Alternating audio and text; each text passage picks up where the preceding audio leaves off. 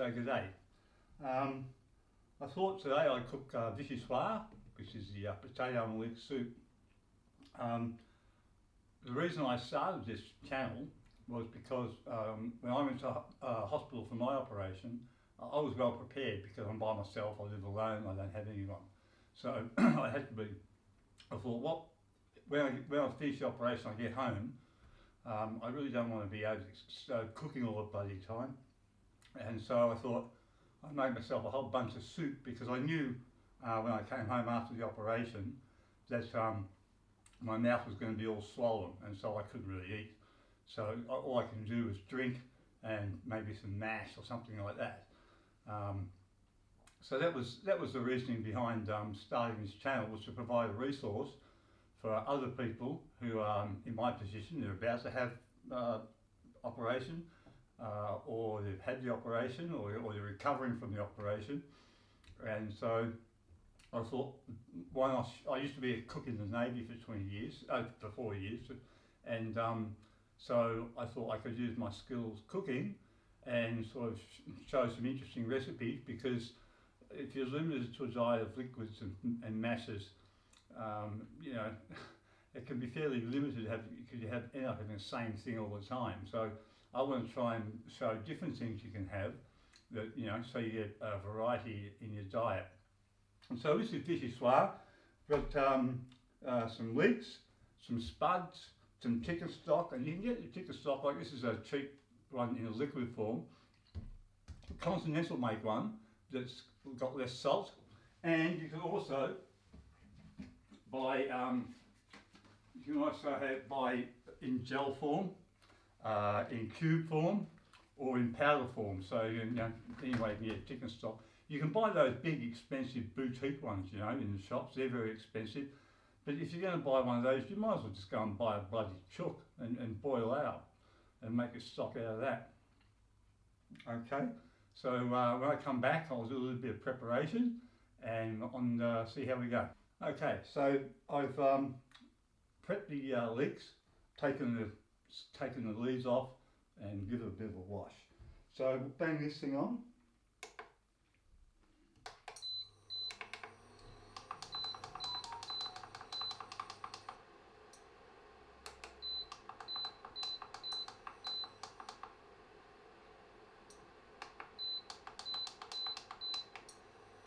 This thing makes a noise. It sounds like a bloody 747 taking off. Bloody noisy. So anyway, just going to finely chop the leek and bang them in the pan, and you want to saute them until they clarify a bit.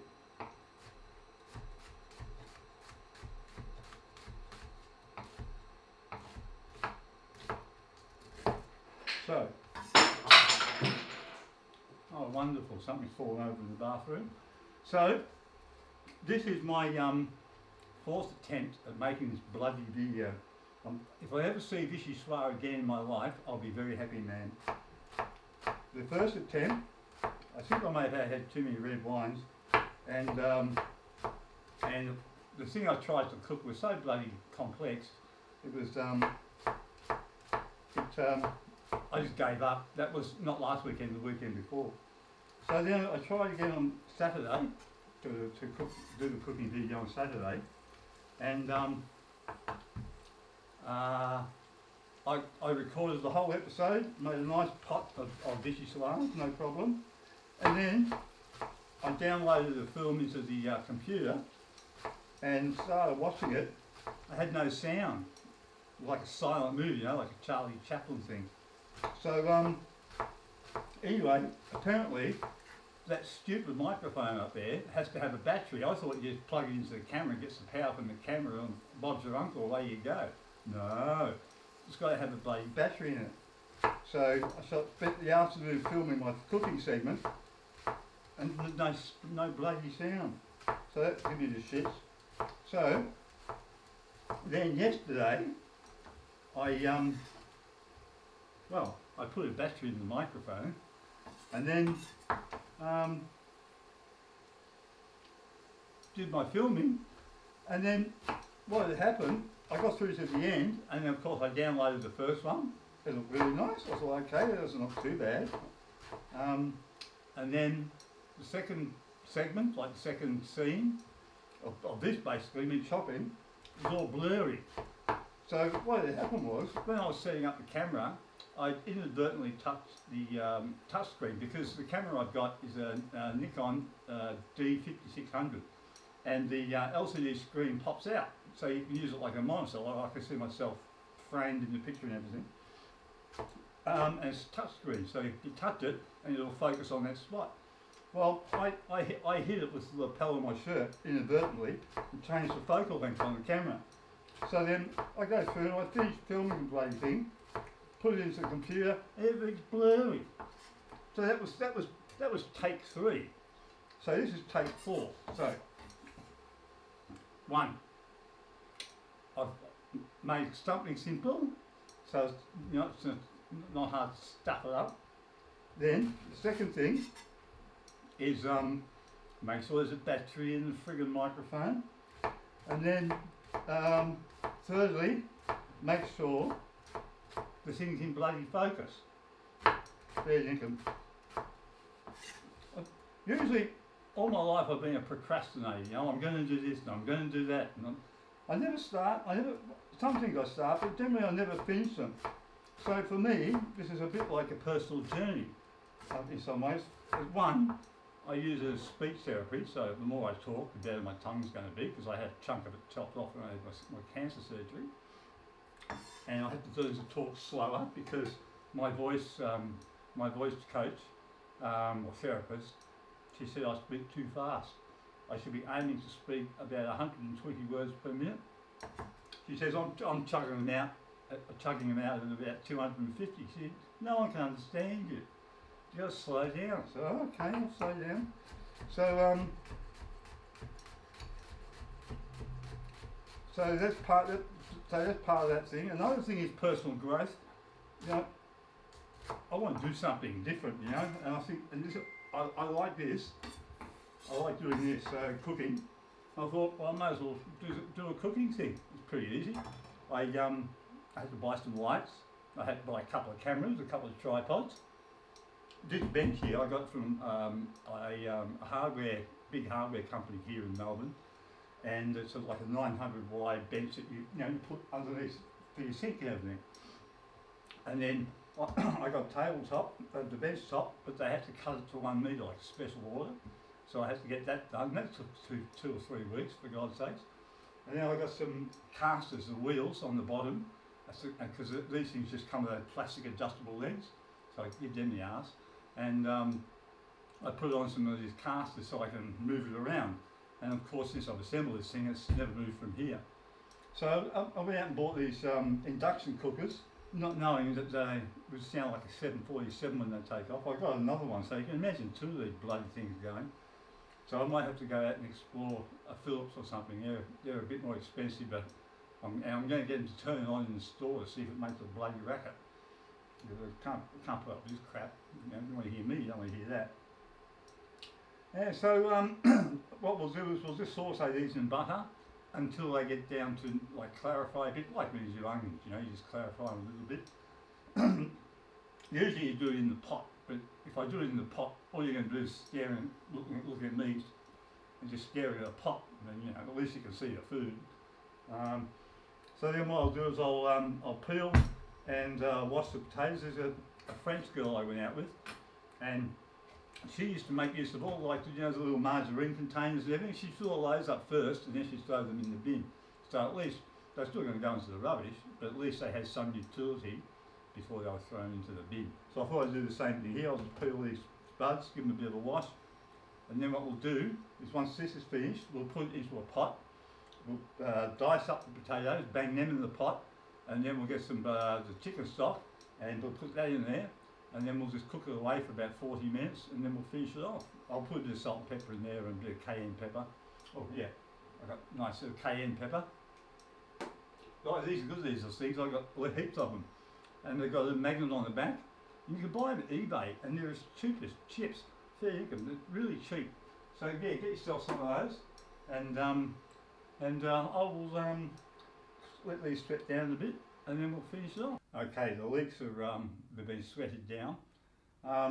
Yeah, so today's Monday night. I've just come from work, and I thought, because I posted a couple, because a lot of people, you know, initially watching this are going to be my friends from Facebook and Instagram, and I've already put some pictures up there and said, oh, you know, this is what my set looks like. And so they're all saying, oh, they can't wait to see it, and I'm thinking, shit, I can't wait another week to film the bloody thing. So I thought, I'll come home from work tonight, and I'll do this tonight, and try and get it online as soon as possible. Okay, so we've sweated down these bloody things. What we're going to do now, find it, is we're just going to bang them in the pot, and just bang them in the pot, and then what we'll do is we'll dice up the spuds, and we'll bang them in the pot, and then hit it with a bit of chicken stock, and Bob's your uncle, away we go. So, I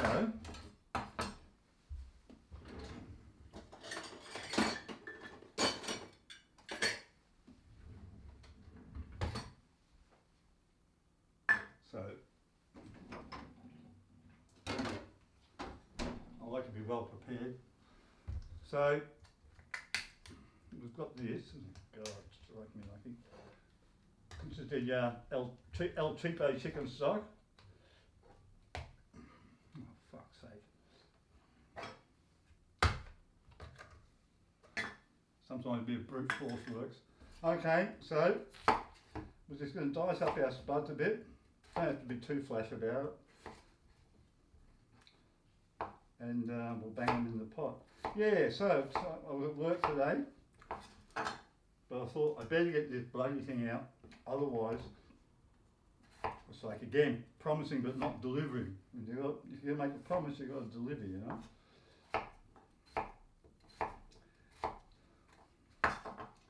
Bang them in there like that. Yeah, so I was a cook for 4 years in the Navy, and every day, you know, if you're cooking breakfast, they say, chef, what's for scran? And it's S-C-R-A-N, scran. And then you're cooking lunch, they say, chef, what's for scran? And then for dinner, chef, what's for scran? And of course, scran stands for shit cooked by the Royal Australian Navy. So basically all day, every day, we're just getting reminders that our food's shit. So that wasn't very nice of them, I thought. But we did a good job. We did the best that we could with what we had, you know. There was one time we were coming into port, and we're about 2 days out of port. And anyway, the victualling people, you know, the people supply the food, they come up and said, oh, we've got sausages for the next couple of main meals. All you can have sausages. So we had to come up with 8 different ways of cooking sausages. Can you believe that? That was a major pain in the arse, I tell you. Okay, so I'm going to bang the 747 back on. Bloody noisy thing this is. And I've got to put in my stock, and it takes 3 cups. I couldn't find the 1 cup, so I had to put 6 of these little bad boys in. So it should be done. It should be just enough to cover the whole lot, actually.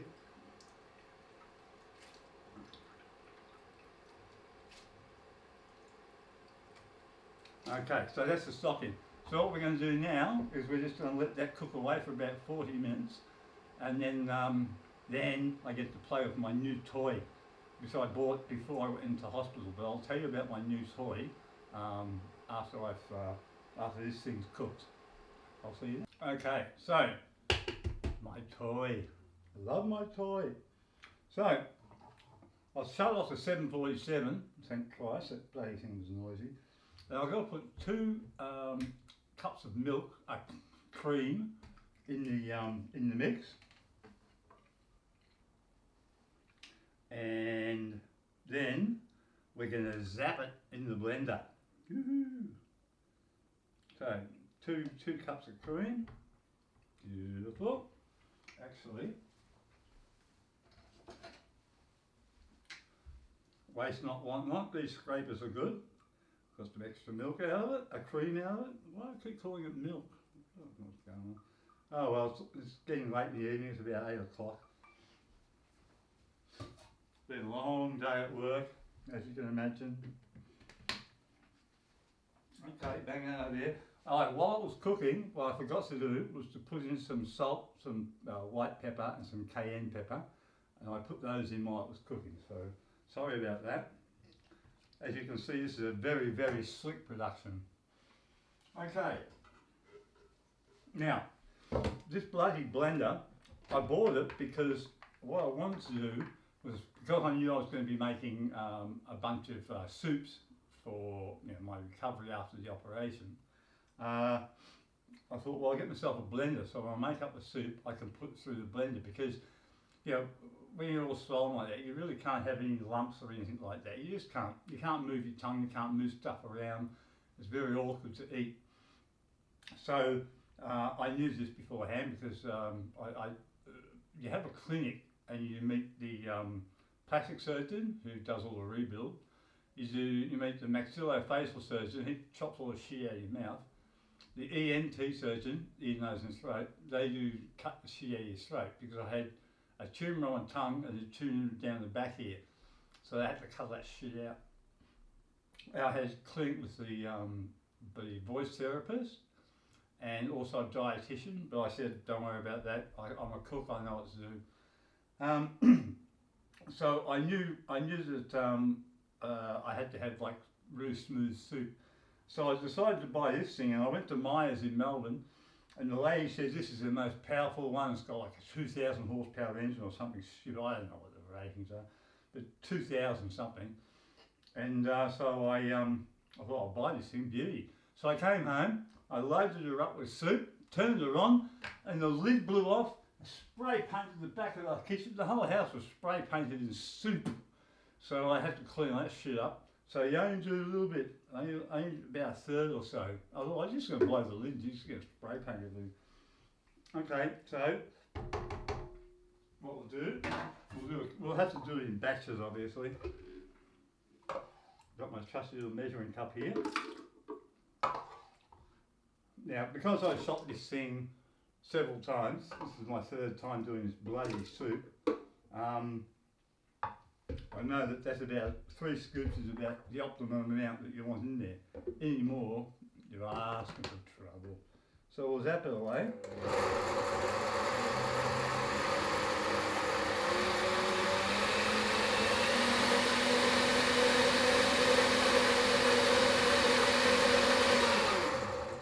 But this thing, you can feel the power. Oh, I love this machine. I've got a lot of cookbooks, and I've been buying some books on juices, so I'm going to do some juices as well. But I've got a juicing machine, which I had when I was living in Singapore, so I'll have to use that. We can't use this. I don't think this will be very good for the zapping the vegetables and fruit and shit to the pretty much get the rest of it in there, I reckon. Nothing ventured, nothing gained. Okay, if this thing blows up, there's not just going to be in the kitchen, it's going to be in the lounge, and it's going to be everywhere. Oh shit, that'd be a nightmare to clean that up. Alright, so we'll zap again. See what I mean? This thing's aggressive.